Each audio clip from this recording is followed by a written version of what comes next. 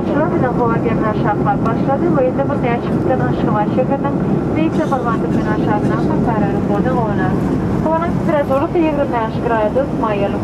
Ödeyerim rotoruma ile diyen kemerler ilerim. Читаем. Уважаемые пассажиры, самолетное снижение через несколько минут совершится с международным аэропортом и в невеликом супермаркете большой города Ашхабада. Температура воздуха 25 градусов выше нуля. Пожалуйста, займите свои места, следите, прилетели мне. Внимание.